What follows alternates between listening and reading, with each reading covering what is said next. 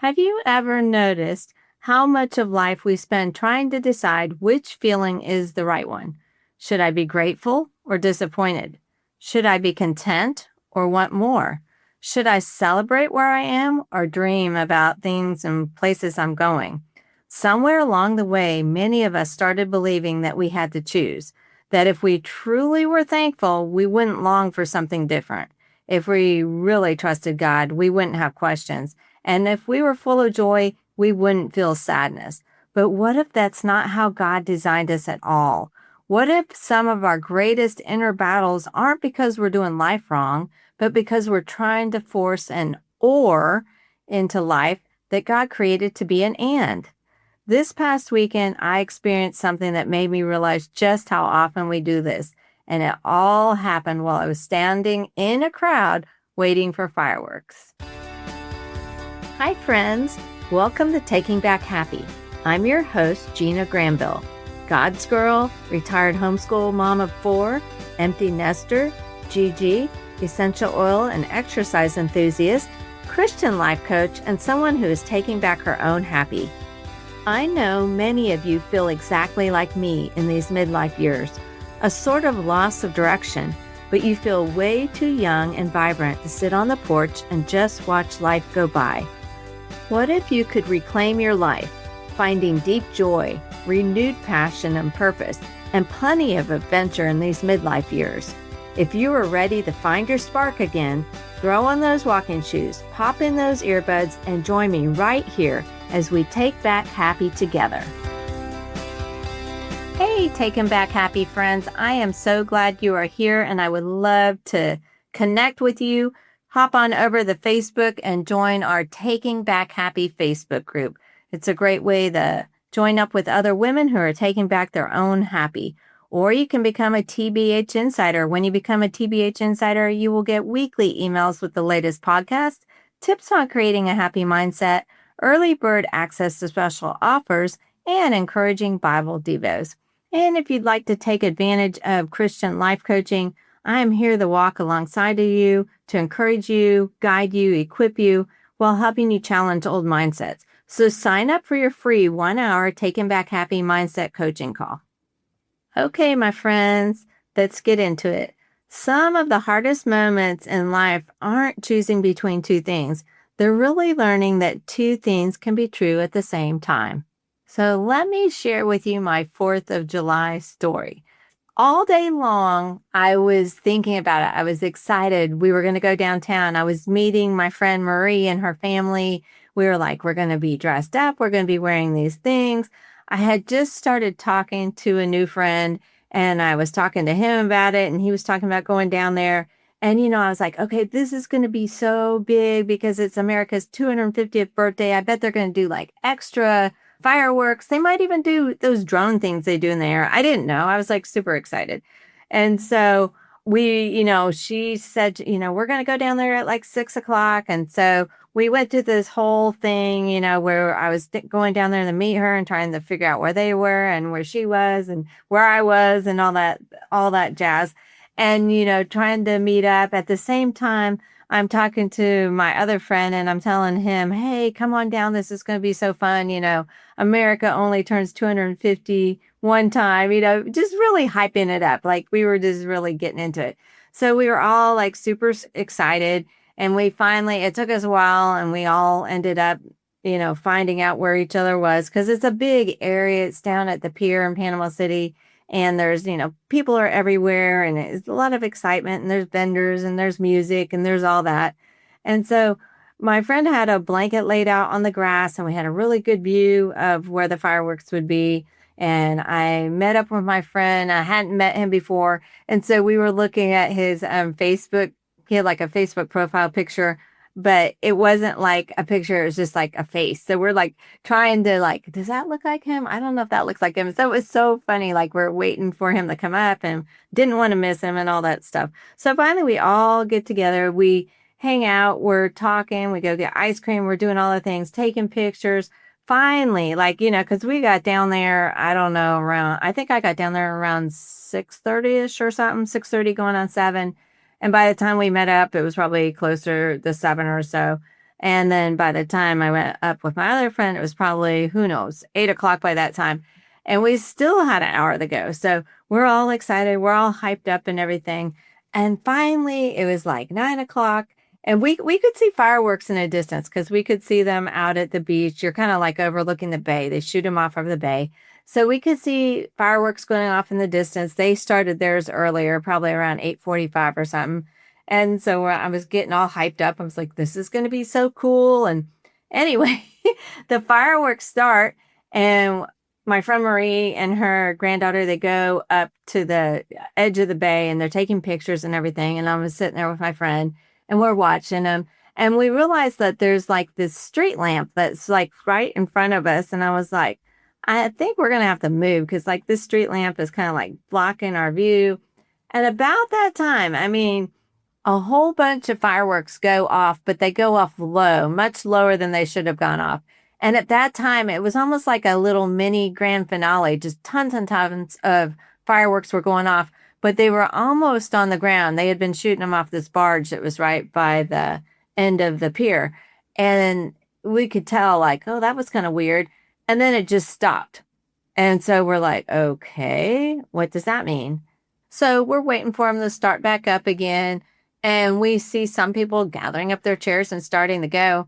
And I'm like, there's just no way this is over yet. Like, we had 6 minutes of fireworks. That was it. About 6 minutes, maybe 5 or 6. I don't know. But I was like, it can't be over yet. And then we're like, oh, I hope nobody got hurt. Well, was there a horrible accident? Like, whatever. And we waited and more people started leaving. And finally, we're like, well, I guess it's over. So we waited probably about 15 minutes or so and nothing happened again. And we started packing up too. As I was driving home, I realized something. I didn't know whether to smile or to be disappointed because like my friend and I, we were texting jokes back and forth about, oh, wow, we're seeing more fireworks just driving back to our houses than we did downtown and just kind of joking it up and stuff.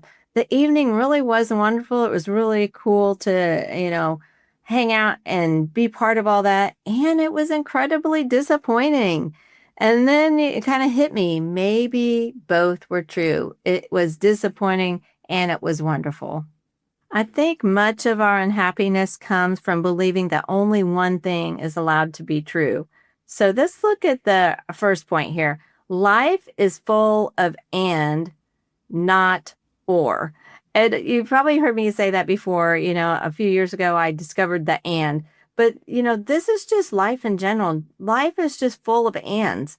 Our brains love either or because if we can put it in a box, we can understand it. It makes more sense to us. But God often works in both and. So, some examples of that would be like childbirth. Childbirth is painful and it's beautiful. And honestly, that pain, you forget about it once you see that baby, right? Another example would be like you can love America and want to improve it at the same time. You can miss someone and still be grateful. You can have a hard season and still experience joy. In 2 Corinthians 6:9-10, Paul's talking to us and he shows us how life can be that and. So in verse 9, it says, known, yet regarded as unknown, dying, and yet we live on, beaten, and yet we're not killed, sorrowful, and yet always rejoicing, poor, yet making many rich, having nothing, and yet possessing everything. So just pointing out how it's both and how, Paul lived that. And we live that too. So we can stop making ourselves pick one feeling when both of them are telling us the truth. The second thing I want us to look at is gratitude doesn't cancel desire. This is where so many of us really struggle. I feel like so many women feel guilty for wanting more. And a lot of examples are like, well, I should just be thankful. But can you be thankful and you can be loving that you're single and yet desire marriage? Can you be confident in yourself and be happy and also still want to grow? Can you appreciate your job and dream of something different? Can you have enough money and desire greater abundance to bless others? I'm going to give you a thought to consider. What if contentment isn't the absence of dreams? It's refusing to believe your joy has to wait until they happen. I absolutely love that. And lastly, God meets us in the in between. We spend like so much energy trying to eliminate like that kind of tension in between, right? God often uses it. Think about Jesus. He's fully God and he's fully man.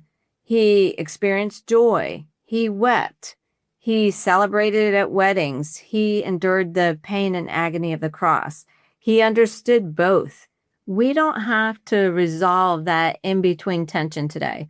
Sometimes it's simply enough just to say, wow, this hurts and God is good. Or I'm disappointed and I'm grateful. Or this isn't what I wanted exactly and I'm still hopeful. So my Taken Back Happy friends, I wonder, have you been trying to force things into a either or situation? Maybe you've been telling yourself, either I'm content or I want more. Either I'm happy or I'm struggling. Either I trust God or I don't, or I have questions. Maybe today God is inviting you to replace that or with an and, because two things really can be true at once. And maybe peace isn't found in choosing just one. Maybe peace is found in trusting God while holding on to both. As I was driving home that night, I kept thinking about those fireworks. 6 minutes. That wasn't what any of us expected. And yet, if you asked me if it was a good night, I'd say yes, it was a wonderful night. If you asked me if I was disappointed, I'd also say yes. Both are true. Maybe that's what God wanted to remind me all along. Maybe He wants to remind you of that too. Peace doesn't necessarily come from trying to erase one feeling with another or cover up one feeling with a different feeling. Maybe peace comes from trusting Him in the middle of both. So this week, instead of asking yourself, which feeling is the right feeling, try asking a different question. What if both are true? What if you can be deeply grateful and still hope for more? What if you can be healing and still be hurting? What if you can trust God and still have questions? What if you can celebrate the season and still miss the one that came before it? Because life with God isn't usually either or. It's a both and a and. And perhaps that's where real freedom begins, not where every emotion finally agrees, but when you stop demanding that they do. So my Taking Back Happy friends, whatever you're carrying today, don't rush to choose one feeling over another. Lay both of them before God. Your joy, your disappointment, your gratitude, your longing, your confidence, your questions. He isn't intimidated by the in-between or that tension. He meets you right where you're at. And maybe that's the invitation this week. Stop replacing and with or, because sometimes the most honest sentence of faith is simply, God, this isn't exactly what I expected, and I still trust you. If this podcast blessed and encouraged you today, I'd love for you to share it with your friends. You can take a screenshot and share it in your stories, but make sure you tag me at Gina Granville so we can connect. You can find me on Facebook, Instagram, and TikTok. Make sure you join my Taken Back Happy Facebook group. I'll meet you back here soon, and we'll continue taking back happy together.